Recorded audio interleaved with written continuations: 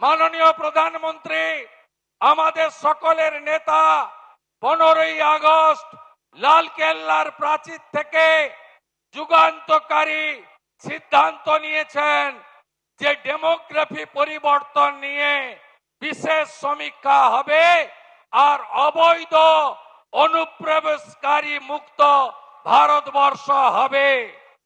আমি মাননীয় প্রধানমন্ত্রীজিকে অনুরোধ করব, এই রাজ্যের ভ্রষ্টাচারী তুষ্টিকরণের সরকার তারা 540 কিলোমিটার বাংলাদেশের বর্ডারে জমি ভারত সরকারকে না দিয়ে অবৈধ বাংলাদেশি অনুপ্রবেশকারী এবং রোহিঙ্গাদের ঢুকিয়ে পশ্চিমবঙ্গ এবং ভারতবর্ষকে বরবাদ করছেন।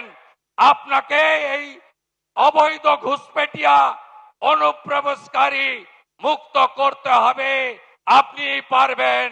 আপনি 370 35 হাঁটিয়েছেন, আপনি ট্রিপল তালাক হাঁটিয়েছেন, আপনি ওয়াকফ অ্যামেন্ডমেন্ট বিল এনেছেন, আপনি সুপ্রিম কোর্টের নির্দেশ মেনে আমাদের শান্তিপূর্ণ উপায়ে রাম মন্দির দিয়েছেন। ডক্টর শ্যামা প্রসাদ মুখার্জির বাঙালি হিন্দু হোমল্যান্ড আপনাকেই বাঁচাতে হবে। আপনি পারবেন। আমরা বাঙালিরা পশ্চিমবঙ্গের লোক বাঁচতে চাই, ভালো থাকতে চাই। এই অত্যাচারী মমতা ব্যানার্জির হাত থেকে মুক্তি পেতে চাই। আমার আর কোনো কথা নেই।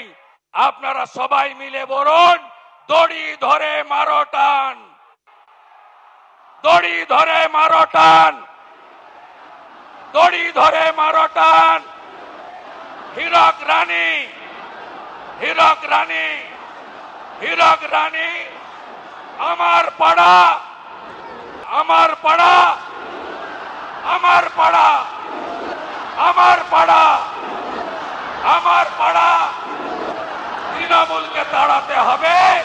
নরেন্দ্র মোদীজির নেতৃত্বে রাষ্ট্রবাদী সরকার তৈরি করে ডক্টর শ্যামা প্রসাদ মুখার্জির স্বপ্ন পূরণ করতে হবে। সবাই ভালো থাকবেন। আজকে কৌশিকী অমাবস্যা। আমি তারাপীঠের মাকে প্রণাম জানিয়ে আমার কথা শেষ করলাম। ভারত মাতা কি বন্দে বন্দে। ধন্যবাদ শুভেন্দুদা, যার বক্তৃতা শোনার জন্য আমরা অপেক্ষা করছি।